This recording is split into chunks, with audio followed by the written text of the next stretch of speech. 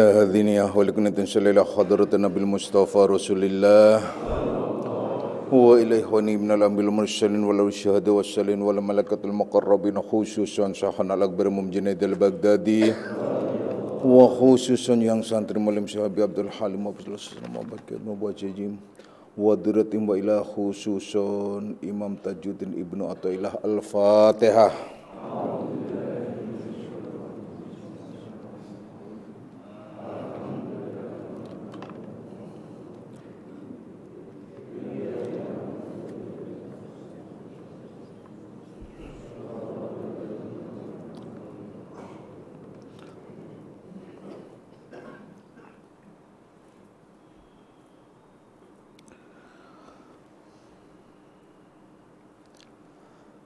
Assalamualaikum warahmatullahi wabarakatuh.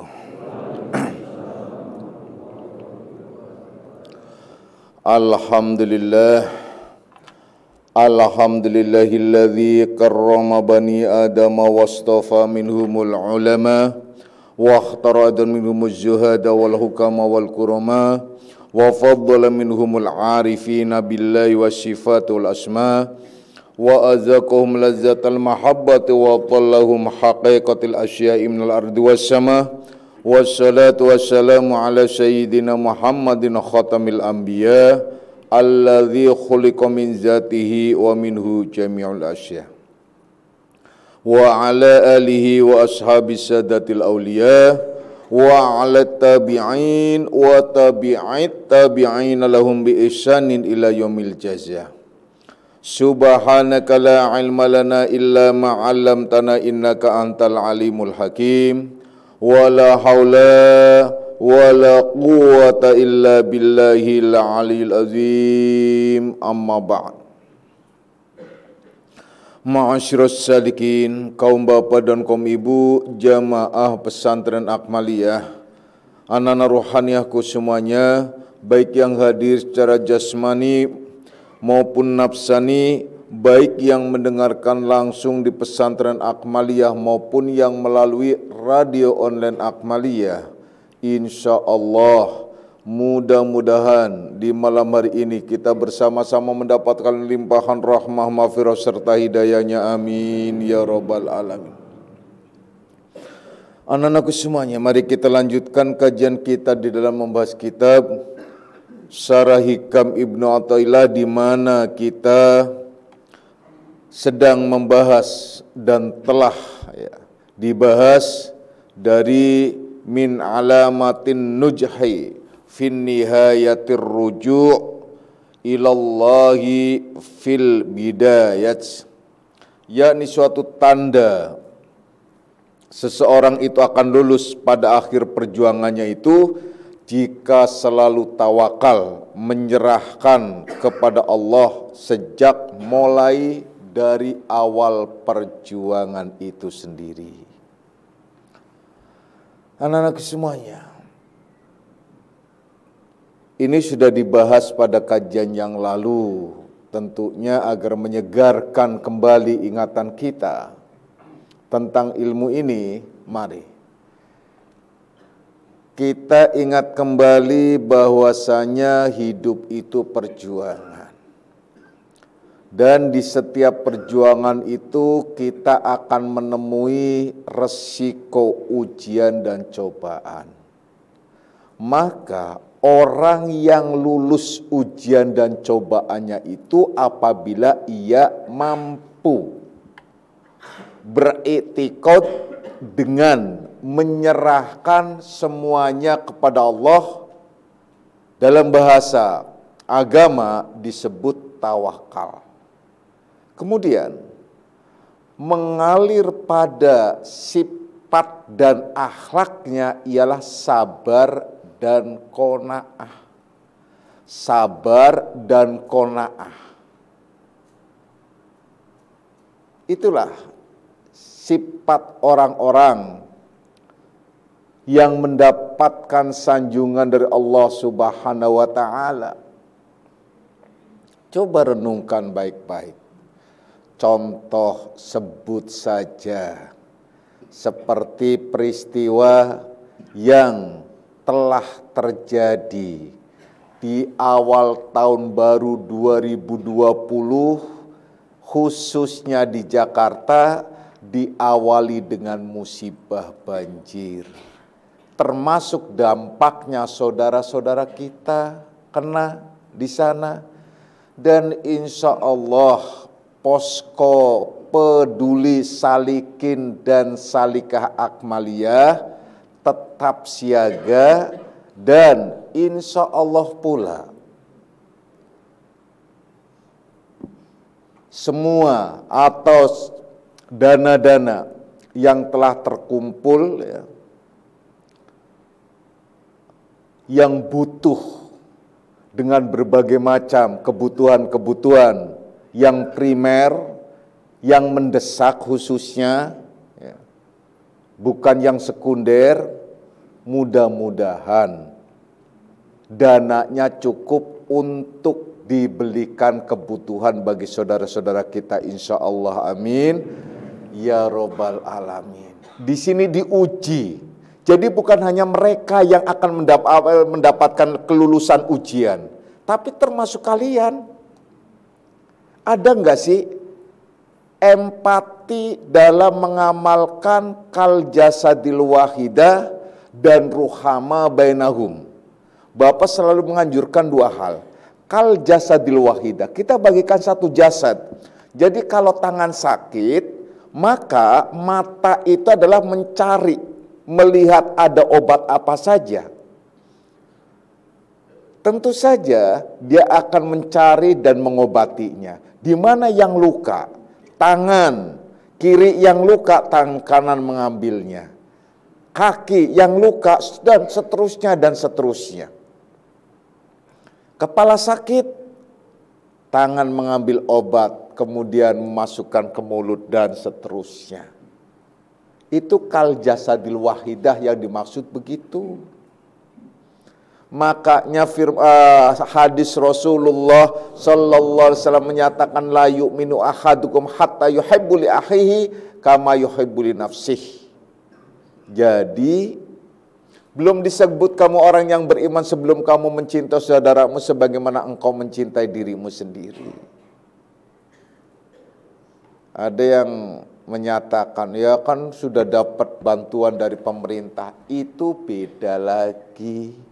Dia sebagai warga negara Indonesia berhak untuk mendapatkan perlindungan dari sebuah negara. Tapi tidak sama sekali tidak seberapa, belum juga tentu sampai segera. Nah, kita yang sigap, cepat, harus tanggap dan lanjut. Dan itulah sebagai ujian bagi kita. Jadi bukan mereka saja, mereka diuji dengan penderitaan dan langsung dirasakan, kita diuji. Ada enggak sih sentuhan hati kita yang disebut kal jasadil wahidah, yang disebut orang yang beriman, seberapapun minimal. Kalau enggak bisa kalian dengan dananya sebagaimana yang disebutkan di dalam firman Allah, wa tujahiduna fi sabilillahi bi amwalikum wa anfusikum. Berjuang di jalan Allah itu dengan harta dan dirimu. Kalau tidak bisa dengan hartanya, dengan dirimu, kamu bisa nggak sih kepedulian dengan diri? Nah, tuh. Mendatanginya, membantunya, dan seterusnya. Selemah-lemah iman, doa. Akhirnya dia di rumah hanya doa saja di rumah gitu loh. Ya nggak apa-apa. Kalau memang dia nggak punya tenaga dan nggak punya apa-apa, gitu loh. Tapi kalau masih bisa dan mampu, lakukan apa yang bisa kalian lakukan. Dan posko sudah melakukan semacam itu sebagai perwakilan. Berbetulan ini boleh disebut juga kalau dalam fikih fardu kifayah, wajib kifayah. Nah, paling tidak ada yang mewakili. Jika tidak ada yang mewakili, semuanya kita dosa. Tapi kalau sudah ada yang mewakili, gugur dosa yang lainnya. Sama seperti menangani mayat. Nah, menangani mayat itu wajib, fardu, wajib, tapi dalam bentuk wajib fardu kifayah. Artinya wajib untuk ada perwakilan. Di satu kampung ada yang meninggal dunia, kemudian dia tidak diurus sama orang satu kampung itu, maka semua orang satu kampung dosa. Tapi kalau ada satu orang yang mengurus kampung itu, maka semuanya gugur dosanya. Nah, itulah yang disebut fardu kifayah. Nah, kalian mungkin gugur dosanya karena sudah ada perwakilan. Jadi itu salah satu bentuknya. Di mana ada perwakilan orang-orang kita, nah, yang begitu peduli terus jalan dan terus memperhatikan dan mendata dan lain sebagainya, itu perlu disupport. Itu yang penting, yang penting itu, ya. Itu. Jadi begitu istimewanya, ya. Akhirnya kita semuanya gugur dari dosa-dosa tersebut. Semua jamaah Akmaliyah gugur akhirnya karena ada perwakilan untuk jamaah Akmaliyah. Anak-anakku semuanya. Jadi ujian dan cobaan itu bukan dalam bentuk penderitaan saja. Ujian dan cobaan itu dalam bentuk kepedulian, dalam bentuk ada nggak sih kita empati kita, ada nggak sih kita dan selanjutnya itu yang disebut bentuk ujian dan cobaan. Bagi mereka tawakal, bagi kita bukan sebatas tawakal. Tawakal harus mengalir sabar. Sabar itu ada aktif usaha dan ikhtiar untuk melepaskan daripada himpitan penderitaan tersebut, beban penderitaan tersebut. Itu contoh-contoh yang lain. Nah, di sini yang dijelaskan min alamatin nujhi fin nihayatur ruju'u ilallahi fil bidayat. Jadi suatu tanda bahwa seseorang itu lulus pada akhir perjuangannya jika selalu tawakal menyerahkan semuanya itu adalah kepada Allah dari awalnya.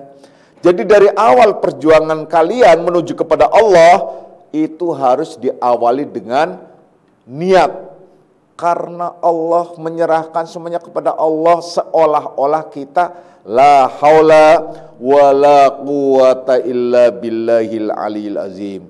Ini diekspresikan dalam doa setiap kita keluar dari rumah. Bismillahi tawakkaltu 'alallahi la haula wala quwata illa billahil aliyil azim. Bismillahi tawakkaltu 'alallah. Jadi dengan namamu ya Allah, aku menyerahkan sepenuhnya kepada Engkau.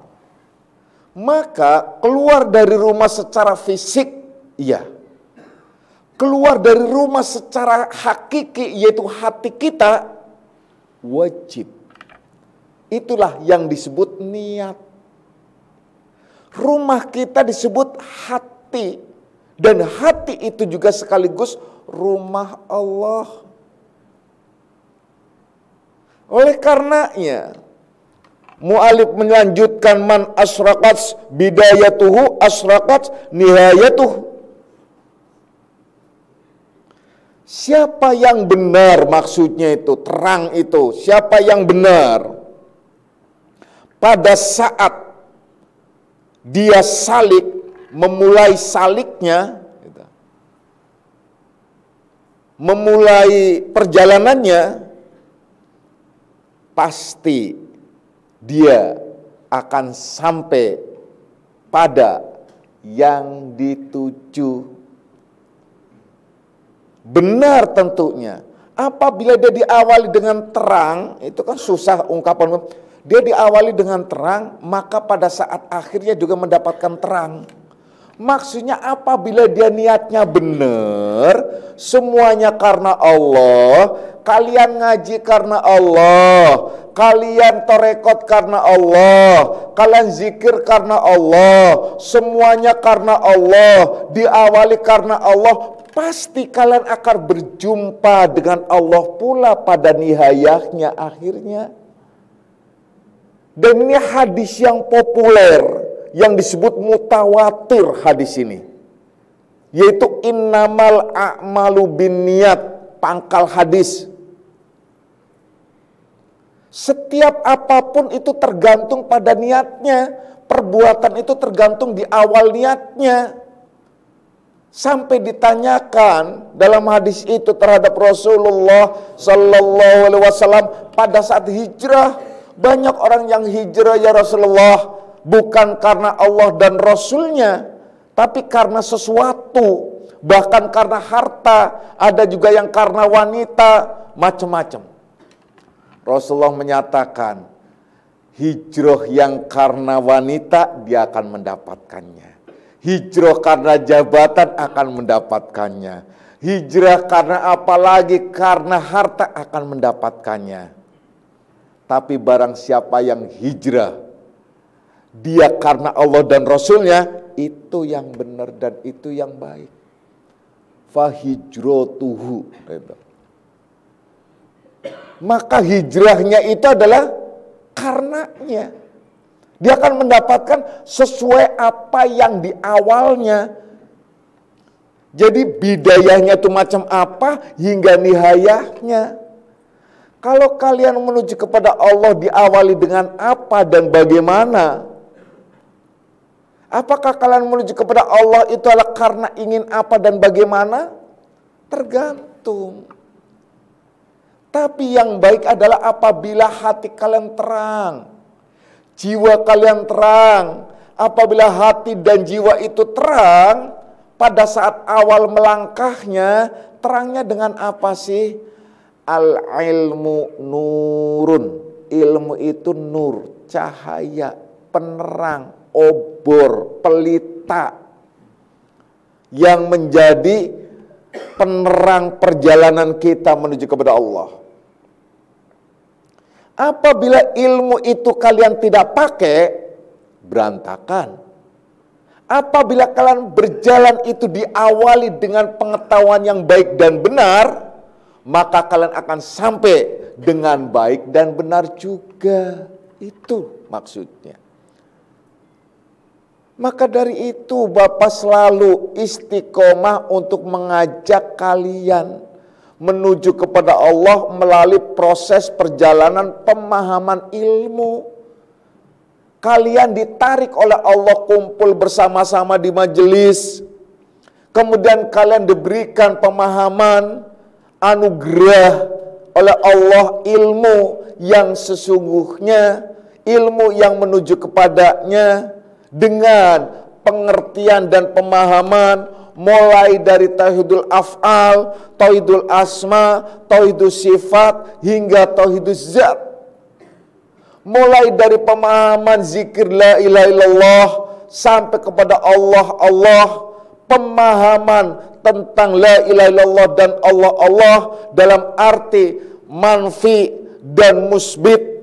Artinya ada yang dinafikan dan ada yang diisbatkan, yang berarti kita meniadakan sesuatu selain Allah, hanya yang ada itu Allah, sampai akhirnya kita faham pada nihayahnya itu, karena ini sudah benar pemahamannya, pada nihayahnya benarlah ia memahami, mengerti, mengetahui, terpatri di dalam dirinya bahwa la maujudan illallah. Tidak ada yang ada kecuali Allah. Kata wujud itu adalah dalam bahasa Indonesia ada. La maujudan berarti tidak ada yang ada illallah kecuali Allah. Jangan kalian memahami wujud itu ada bleger. Apa itu bleger itu? Bleger itu orang-orang, bleger apa tuh wujud orang gitu loh. Yang namanya la maujudan, tidak ada yang ada, wujud itu adalah ada artinya. Maujud ada. Makanya kalau di pesantren itu kalau tanya pasti sumpamanya ada kiainya itu, ada kiainya itu maujud kiai gitu loh, maujud syekh gitu loh. Ada kiainya kan begitu. Jadi pengertiannya itu jangan kebayang-bayang yang lain wujud itu. Jadi tidak ada yang ada kecuali Allah. Maksudnya tidak ada yang ada kecuali Allah apa sih? Artinya kalian memahami dari pengertian la ilaha illallah, tidak ada Tuhan kecuali Allah, akhirnya kalian mulai merangkak dengan ilmu. Tidak ada perbuatan kecuali perbuatan Allah. Nah, mulai terus kalian kumpulkan. Setiap kalian ketemu perbuatan, hanya perbuatan Allah. Terus. Kemudian akhirnya meningkat, tidak ada nama kecuali nama Allah. Tidak ada sifat kecuali sifat Allah. Tidak ada zat kecuali zat Allah. Tidak ada wujud kecuali wujud Allah. Tidak ada yang ada hanya Allah. Itu maksudnya. Nah, apabila diawali dengan baik dan benar cara menerapkan ilmu tersebut di dalam pengamalannya, zikirnya dan seterusnya, maka pada nihayahnya awal itu disebut mubtada, maka akhirnya itu nihayah, atau pada awalnya disebut bidayah, pada akhirnya disebut nihayah. Bidayahnya itu dengan baik dan benar, niatnya baik karena ilmunya benar, perjalanannya baik hingga ia mengalir pada akhlakul karimah, nanti akhirnya ia nihayahnya diperjumpakan dengan Allah Subhanahu wa taala yang disebut liqa rabbi, berjumpa dengan Tuhannya, bukan sebatas makrifah. Bedakan antara makrifah dengan liqa. Makrifah itu mengenal. Mengenal itu belum tentu lihat, belum tentu bertemu, belum tentu berjumpa. Makanya kalau makrifah itu ada tingkatannya, makrifatul ilmi, makrifatul ain, makrifatul haq, dan makrifatul kamil. Tuh. Tahapan-tahapan makrifatul ilmi, secara ilmu banyak orang yang mungkin makrifah, mengenal. Kenapa? Mengenal Allah melalui ilmu, pemahaman bahwasanya perbuatan-perbuatan Allah dan seterusnya, apalagi telah mengkaji ilmu tauhid ahlul kasyaf yang diuraikan melalui penjabaran dari kitab Ad-Durrun Nafis. Diure kitab Ad-Durrun Nafis tersebut di malam Rabu, fahamlah kita. Ternyata memang benar tidak ada perbuatan kecuali perbuatan Allah. Itu namanya sudah makrifah. Pada tingkatan pertama makrifatul ilmi, dan pada tingkatan pertama pula orang-orang makrifah ialah disebut wihdatul af'al. Pada wihdatul af'al, keesaan perbuatan itu, dia mengenal semua perbuatan itu perbuatan Allah, walaupun tidak pernah melihat wujud Allah. Awas loh. Itu ma'rifah, makanya jangan kalian terpesona dengan istilah ma'rifah.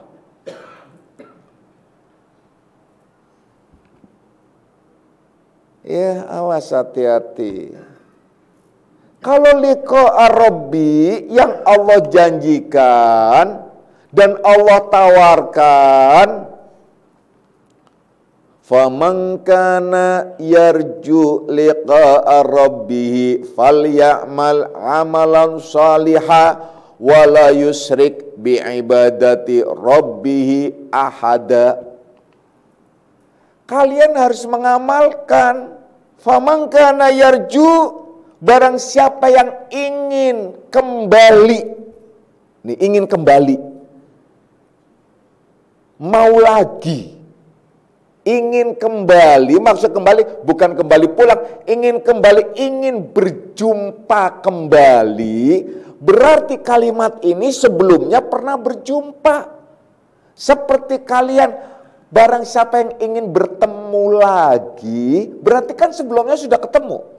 Kalau belum pernah ketemu, barang siapa yang mau bertemu, nah, di sini kalimatnya faman kana yarju liqa'a rabbih, barang siapa yang akan berjumpa kembali, roja, rujuk, nah itu loh. Syaratnya apa sih? Sederhana, cuma 2 syaratnya. Gak banyak-banyak. nggak aneh-aneh. Dua syaratnya gampang banget. Apa? Satu, amal soleh. Yang kedua, jangan syirik di dalam ibadahnya walau dengan seorang jua pun. Tuh, nggak boleh syirik. Ini kadang-kadang salikin, salikah atau salikin tuh kemelinti. Demi Allah secara mursyid saya itu sebel banget. Dengan apa salik yang sok tahu. Kenapa? Nempel foto DP-nya dengan gambar Buddha, gambar ini, gambar ini, dia nggak sadar. Nempel foto John Lennon nggak apa-apa, atau Trump juga nggak apa-apa, atau siapa saja nggak apa. Yang penting jangan foto yang disakralkan, syirik itu hukumnya. Kalau nggak segera taubatan nasuha, pasti neraka selamanya dan Bapak nggak akan peduli. Jadi jangan sok-sokan, jangan sok nyeleneh gitu loh. Menampakkan gitu loh. Bapak bukannya apa tuh? Bapak memperhatikan gitu loh. Kalian ada salikin yang nempel sengaja. Dewa Krishna ke atau dewa apa ke atau Dwi Kuan Im ke atau apa segala macam. Itu disakralkan. Kalian foto siapa? Foto kambing gak apa-apa. Atau sapi kayak kepalanya yang gede gitu. Gak apa-apa. Yang penting bukan yang disakralkan. Nah kalau kepala sapi yang buat sajen, salah juga. Nah itu. Kepala sapi yang dipotong itu korban, itu gak apa-apa. Tapi lagi sajenan, kepala sapinya disajenin, dijadikan sajen, dijadikan tumbal. Itu kan berarti menjadi sesembahan. Itu juga nggak boleh. Percayalah. Kalau kalian mau begitu terus-terusan, ya silahkan. Kalian pasang patung apa saja boleh. Pasang foto apa saja di rumah boleh. Silahkan. Walaupun itu kontroversi. Kalian mau meletakkan roroblonya boleh. Kalau mau meletakkan patung yang patung diri kalian juga nggak apa-apa. Udah buat itu, nggak apa-apa. Patung siapa lagi? Gak apa-apa. Yang penting walaupun kecil, kalian meletakkan patung Dewi Kuan Im, meletakkan patung dewa air, dewa apa macam-macam, kan banyak tuh dewa-dewa tuh. Nah tuh, meletakkan berbagai macam patung-patung pernak-pernik, indah sih memang. Ada orang yang indah merasa indah semuanya, bahkan ada gambar foto itu syirik, itu nggak boleh. Rasulullah Sallallahu Alaihi Wasallam sengaja melepaskan waktu Futuhatul Makkiyah itu di masjid atau di dalam Ka'bah itu banyak gambar-gambar orang-orang terdahulu termasuk nabi-nabi, lepasin semua karena pada saat itu sudah disakralkan. Kemudian patung-patung yang di sekelilingnya juga beliau dengan membaca ja'al haqqu wa jahaqul batil innal batila kana zahuqa. Itu ayat juga. Kalau nggak salah dalam surat Al-Isra, gitu. Coba, gitu. Jadi sangat tidak, gitu. Makanya beliau itu sengaja tidak untuk umat Islam sengaja tidak dilukis. Pada dasarnya bisa saja dilukis beliau itu. Tapi tidak ada dan tidak boleh. Karena apa? Akan menjadi persoalan tersendiri. Tidak menutup kemungkinan akhirnya menjadi syirik, disakralkan semacam itu. Apalagi nanti dibuat film, akhirnya ada aktornya. Udah, aja aktornya menjadi persoalan tersendiri. Nah itu yang dimaksud itu semacam itu. Nah ini seorang salikin pasang, ya ampun. Masih mending wayang, udah wayang nggak ketahuan deh. Nggak disakralkan wayang. Wayang apa? Semar gitu loh. Yang perutnya buncit gitu loh. Kemudian apalagi Petruk, Gareng, Dewala, apalah terserah gitu loh. Tapi kalau sudah mulai masuk ke wayangnya itu adalah ke dewa-dewa itu, awas hati-hati. Karena itu disakralkan. Disakralkan. Kalau sudah disakralkan, dijadikan dewa-dewa itu yang nggak boleh. Kembali lagi wahai anak-anakku semuanya. Jadi kalian mau berjumpa dengan Tuhan kalian, awali dengan niat yang baik dan benar. Ikuti bimbingan mursyid kalian. Ikuti pengetahuannya, terima dan amalkan. Karena al-ilmu tariqul amal, wal amalu tariqul ilmi. Pertama-tama kalian mendapatkan bimbingan dan meresap ilmu sampai ke dalam diri kalian. Dan ilmu itu wajib diamalkan agar kalian mendapatkan ilmu yang kedua. Logikanya begini, atau analog bahasanya, atau tamsilnya, atau apa, disebut ilustrasinya begini. Kalian diberi ilmu melalui mursyid kalian. Ini ilmu apa sih? Ini pada hakikatnya ialah ilmu lahiriah. Walaupun bicaranya hakikat sekalipun tentang ketuhanan, itu tetap lahiriah. Tetap lahir. Kenapa? Karena kalian menerima secara lahiriah. Dan ilmu lahiriah ini akan diamalkan oleh kalian secara lahiriah. Pada saat kalian mengamalkan secara lahiriah, maka kalian akan mendapatkan efek khusus, energi khusus dari Allah, yang akhirnya kalian akan mendapatkan ilmu yang batiniah, yang disebut ilmu laduni. Itu yang diisyaratkan di dalam kitab Hikam Ibnu Ruslan yang menyatakan al-ilmu tariqul amal wal amalu tariqul ilmi. Ilmu yang pertama itulah didapat dari seorang mursyid. Semua ilmu harus diamalkan dengan jasmaniah kalian, dengan i'tiqad kalian, dengan hati dan jiwa kalian. Itu semua masih pada wilayah lahiriah. Setelah kalian mengamalkan, baru kalian akan mendapatkan ilmu yang tidak bisa diceritakan kepada siapapun, disebut laduni. Dan ilmu laduni itulah yang menjadi obor, menjadi pelita, di mana kalian bisa berjumpa dengan Tuhannya, diperjumpakan dengan Tuhannya. Itu yang dimaksud. Karena semua masyayikh, semua guru-guru, ya, mereka semua mengatakan tidak akan mungkin seseorang bisa berjumpa dengan Tuhannya tanpa ia menerima terlebih dahulu yang disebut laduni, ilmu, nur, cahaya. Oleh karena isyaratnya Rasulullah Sallallahu Alaihi Wasallam yang tercantum dalam kitab Ad-Durrun Nafis dan beberapa kitab-kitab hakikat itu menyatakan, ana min nurillah wal alamu minni atau min nuri. Aku daripada nur Allah dan alam semesta daripada nurku. Maksudnya daripada nurku apa di sini? Kalian akan mengenal Allah melalui nur, cahaya, ilmu, di mana kalian mendapatkan ilmu yang dibimbing oleh Rasulullah Sallallahu Alaihi Wasallam.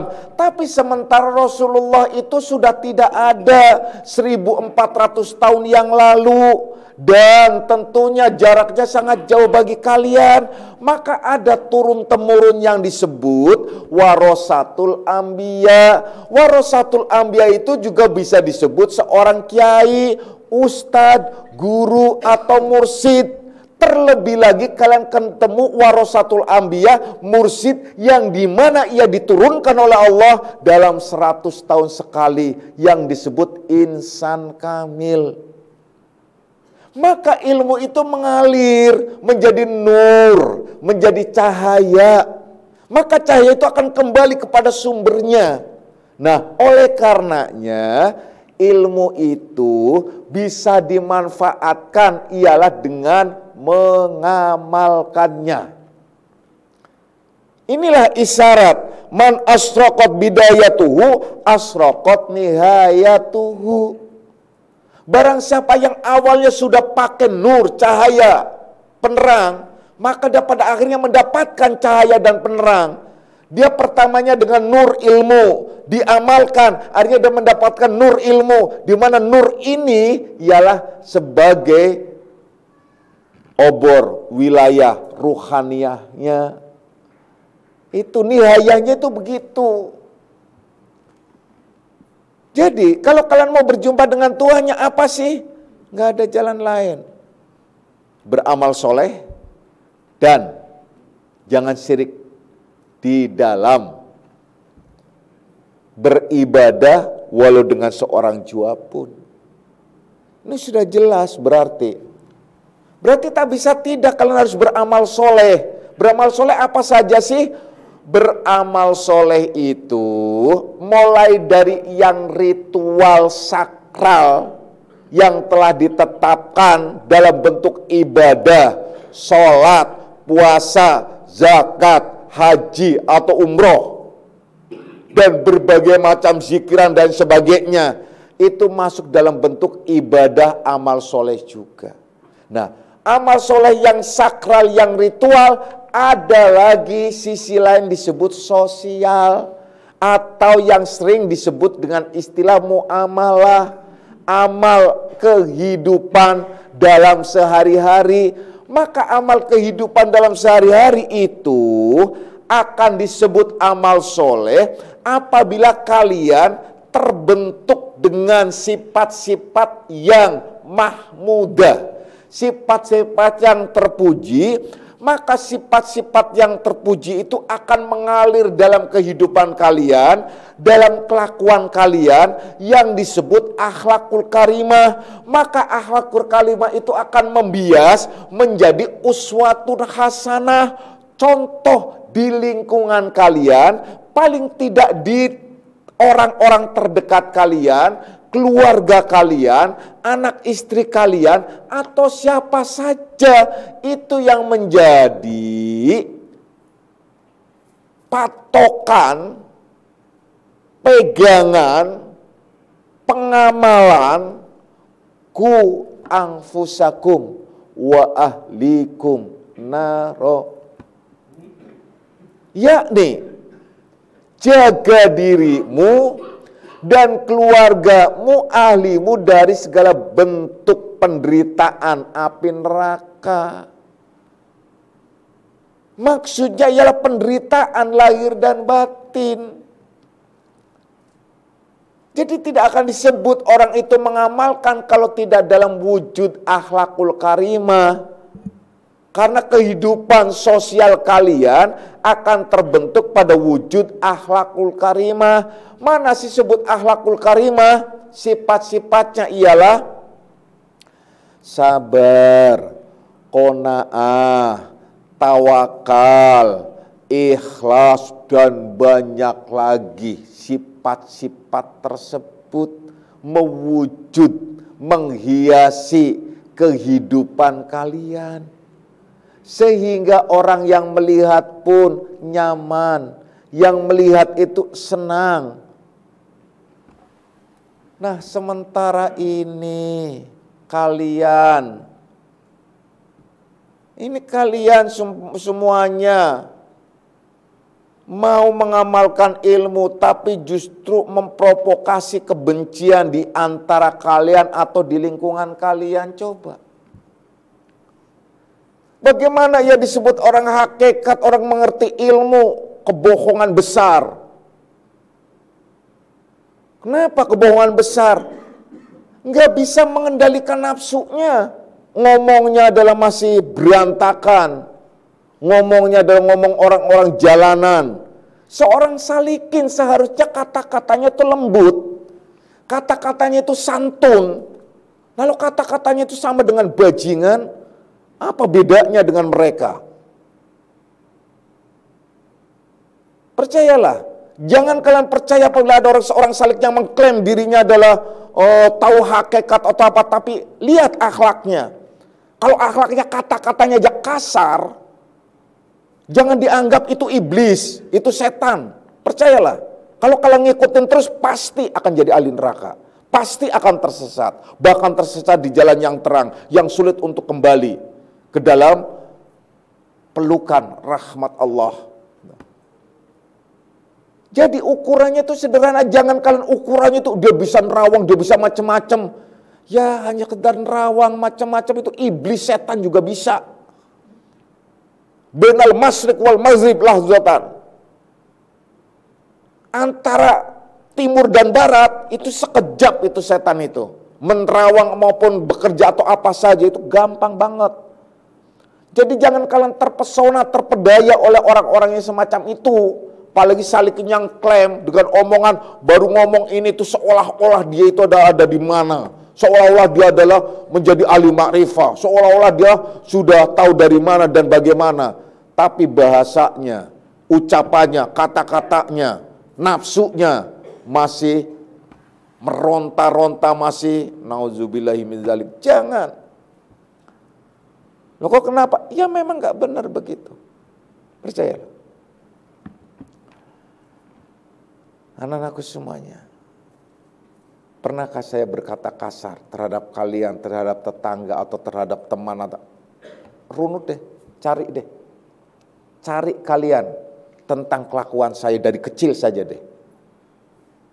Saya dari kecil disebut itu, orang-orang desa, orang kampung yang tahu, itu saya itu nakal, tapi bukan bandel.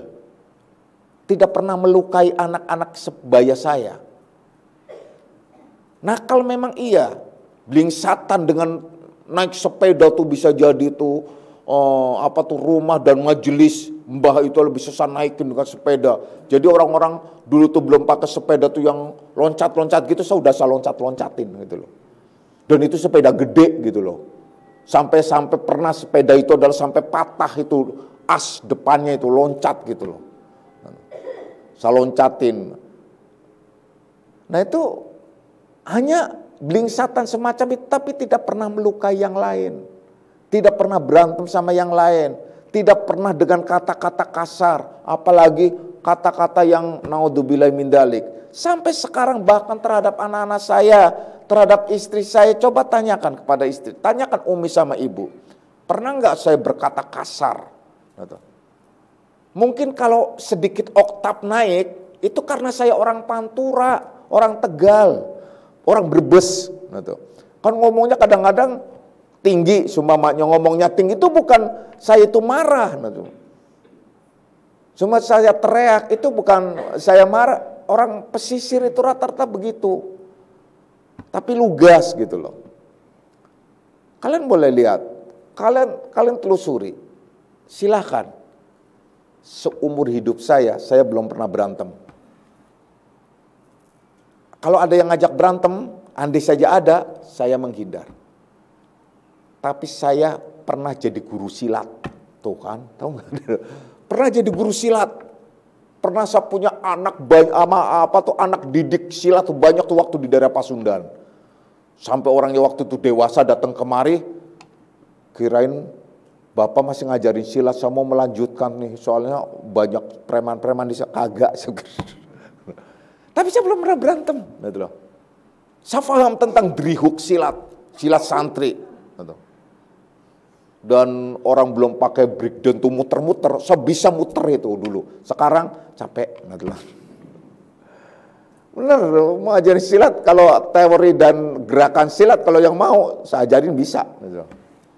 Drihuknya, gerakan-gerakan yang mematikan, bisa mematahkan dengan gerakan yang enggak sederhana banget gitu loh. Itu bisa mematahkan apa segala macam gitu loh. Artinya itu semacam itu. Tapi saya enggak pernah berantem. Kalian tanya deh orang yang sebaya dengan saya di kampung saya, tanya, saya pernah berantem enggak? Enggak. Saya lebih banyak mengalah. Lebih banyak menghindar. Bukannya saya takut atau enggak penting. Ngapain? Ya, wong orang yang membenci saya atau yang meludahi saya juga saya datengin, saya kasih macam-macam kok. Orang yang ngomongin saya tentang membenci dan macam-macam, saya kasih fasilitas macam-macam juga kok. Dan ini bukan ucapan hoak gitu ya. Ini benar gitu loh. Nah, artinya ya kalian tanyakan gitu, orang-orang tertentu itu. Nah, yang Bapak maksud, cobalah kalian belajar tawakal, sabar dan qanaah. Dengan kata lain sebenarnya ridho tuh, sabar, syukur dan ridho yang didasari dengan tawakal dan qanaah. Itu yang harus kalian lakukan. Itu yang disebut amalan salih. Itu yang disebut muamalah kehidupan kalian sehari-hari, kita sehari-hari. Bapak sudah sering mengatakan, wujud orang beragama yang sesungguhnya apa sih? Wujud beragama, orang yang sesungguhnya wujud beragama itu apa sih? Ialah dia apabila ada mewujud dalam dirinya akhlakul karimah. Tidak akan disebut beragama kalau dia tidak berakhlak. Tidak akan disebut agama kalau dia tidak berbudi pekerti. Karena agama itu intinya ialah membentuk orang menjadi akhlakul karimah. Innama bu'istu liutammima makarimal akhlak. Aku dibangkitkan ke dunia ini untuk menyempurnakan akhlak yang mulia. Itu sabda Rasulullah Sallallahu Alaihi Wasallam. Jadi jelas sekali. Terus apa lagi? Intinya itu akhlak. Apabila kalian akhlaknya benar dan senang, bagus, mahmudah, ya Allah, Allah langsung jatuh cinta dan menariknya, itu udah pasti. Tapi bukan berarti meninggalkan syariat juga cukup akhlakul karimah, cukup budi pekerti tapi tidak sholat, tidak puasa, juga salah. Ibadah ritual dan sosial itu amalan soleh. Itu disebut amalan soleh, ritual dan sosial. Nah, pada sikap hati itu wajib kalian hanya berpandangan pada satu, ialah Allahu Ahad. Hanya Allah. Tidak ada yang lain. Makanya kalimatnya diawali dengan La ilaha illallah. Tidak ada Tuhan kecuali Allah. Yang akhirnya dikembangkan, tidak ada perbuatan kecuali perbuatan Allah. Tidak ada nama kecuali nama Allah. Tidak ada sifat kecuali sifat Allah. Tidak ada wujud kecuali wujud Allah. Tidak ada yang aku cintai kecuali Allah. Tidak ada yang aku takuti kecuali Allah. Tidak ada yang aku ikuti kecuali Allah. Dan seterusnya. Itu kalimat La ilaha illallah dikembangkan terus, ditafsirkan dan terus berkembang. Kita yakini dan kita amalkan dalam kehidupan kita sehari-hari. Makanya akhirnya kita pada saat sholat, Allahu Akbar. Hanya Allah yang maha besar. Hanya Allah yang akbar. Selainnya tidak ada. Selainnya itu kecil. Kecil dalam arti, bukan kecil dalam arti benda, tapi kecil dalam arti yang seluas-luasnya. Tidak ada yang ditakuti kecuali Allah. Tidak ada yang dicintai kecuali Allah. Itu dalam arti Allahu Akbar akhirnya. Nyerah kita semuanya kepada Allah. Nyerah kita benar-benar qanaah. Nyerah kita benar-benar tawakal. Nyerah dalam arti La haula wa la quwata illa billahil aliyil azim. Begitu istimewanya. Begitu luar biasanya. Sikap hati hanya Allahu Ahad. Sikap lahiriah ialah akhlakul karimah yang disebut amalan soleh. Maka janji Allah akan tertunaikan dan ditunaikan sesuai dengan janjinya. Faman kana yarju liqa rabbih falyamal amalan salih. Terus apa lagi? Wala yusrik bi'ibadati rabbih ahada. Jadi barang siapa yang ingin berjumpa kembali dengan Tuhannya, maka ia beramal soleh, yaitu amal soleh ibadah ritual dan sosial. Wala yusrik, jangan kalian menyekutukan Allah, akidahnya, walau dengan seorang jua pun di dalam ibadahnya. Artinya apa? Pada saat kalian beramal soleh, apa sih amal ritual pada saat kalian sholat? Jangan kalian syirik, menduakan Allah, akidah kalian. Pada saat kalian apalagi melakukan amalan saleh dalam bentuk ibadah sosial, jangan kalian riya, mengharapkan sesuatu selain daripada Allah dan seterusnya. Itu bergabung, memang kelihatannya terpisah-pisah. Kelihatannya ibadah ritual sendiri, ibadah sosial sendiri, syirik akidah sendiri. Itu dalam pemahaman ilmu didetilkan seolah-olah terpisah, tapi pengamalannya sekaligus. Pada saat sholat, Allahu Akbar, kalian pandang semua perbuatan dan terus kembali kepada Allah. Semuanya milik Allah. Oh, ternyata diri kita itu la haula wala quwata illa billahil aliyil azim. Nah, itu yang dikehendaki. Seperti sikap hati ya, orang yang khusyuk akhirnya. Ini sama dengan hadis Rasulullah sallallahu alaihi wasallam yang menyatakan la khosha'a qalbuhu la khosa'as jawarihuhu. Jadi kalau hatinya itu udah khusyuk, fokus hanya kepada Allah, jawarihnya, badannya, semuanya itu pasti khusyuk. Artinya fokus juga terhadap apa? Terhadap sesuatu yang lebih baik, terhadap Allah. Kalau hatinya itu fokus kepada Allah, semuanya akan ikut. Bagaimana mungkin orang itu disebut mengamalkan tauhid dan fokus kepada Allah, dia khusyuk kepada Allah, sementara kelakuannya itu rusak? Gak bisa. Percayalah. Gak akan mungkin bisa. Ya Allah, kalau kita lihat lagi tamsilnya, sudahlah gampang saja. Kalau kalian mencintai istri kalian, mencintai kekasih kalian, mungkin kalau mencintai istri barangkali kalian adalah sudah biasa, udah nggak ada cinta lagi. Ya udah nggak apa-apa. Udahlah mencintai sesuatu saja. Seorang kekasih dengan kekasihnya, laki-laki dengan perempuan. Kalau dia itu khusyuk benar-benar mesra mencintai kekasihnya, itu tidak ada yang lain kecuali hanya kekasihnya. Itu yang sesungguhnya. Apa saja diingat. Sampai didramatisir di dalam lagu. Makan ingat kamu, tidur ingat kamu. Gimana tidur itu ingat? Gak mungkin lah. Tidur ingat kamu, jongkok ingat kamu. Ya Allah, dalam diriku hanya ada kamu. Wah, hebat banget itu.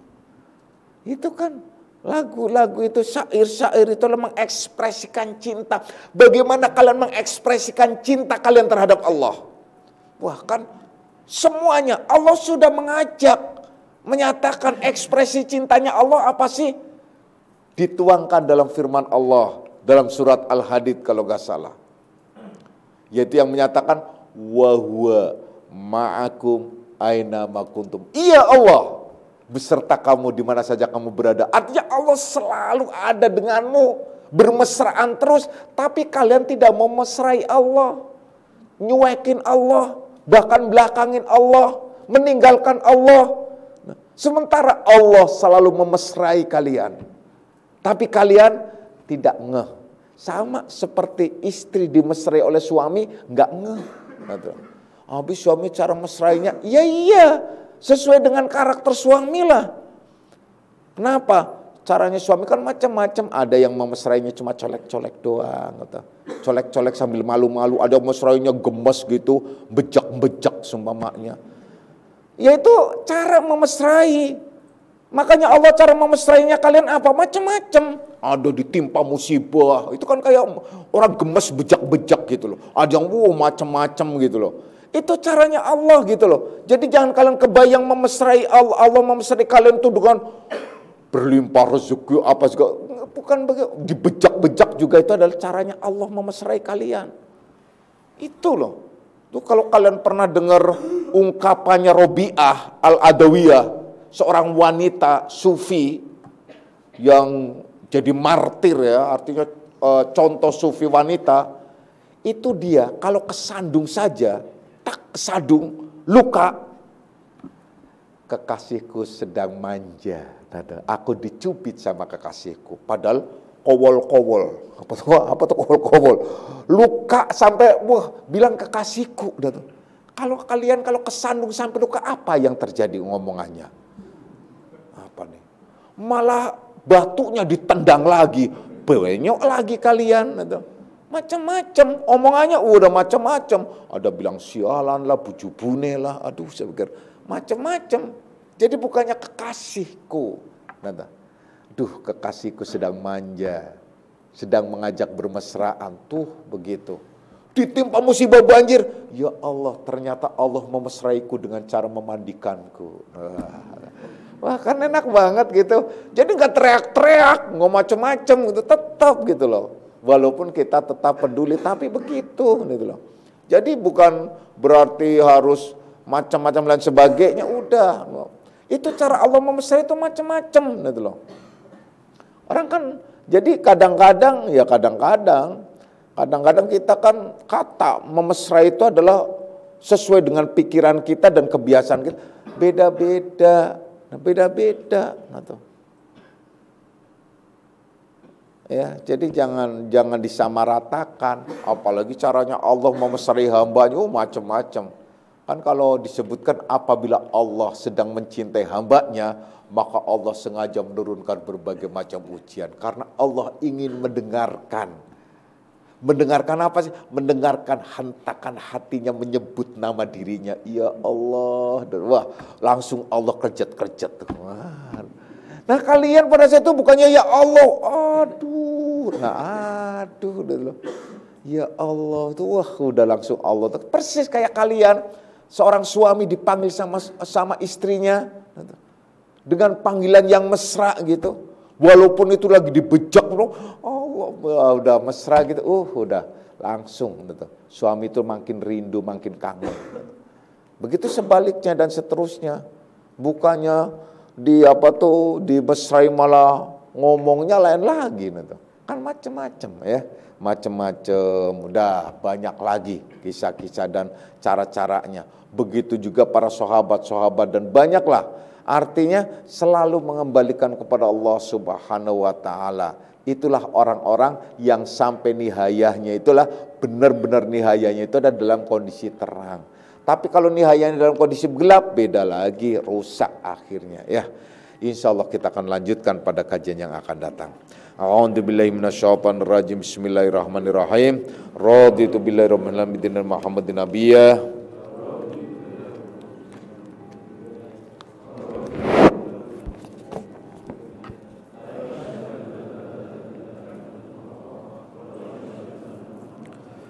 Hadanallahu wa iyyakum ajma'in wa lafa minkum. Assalamualaikum warahmatullahi wabarakatuh.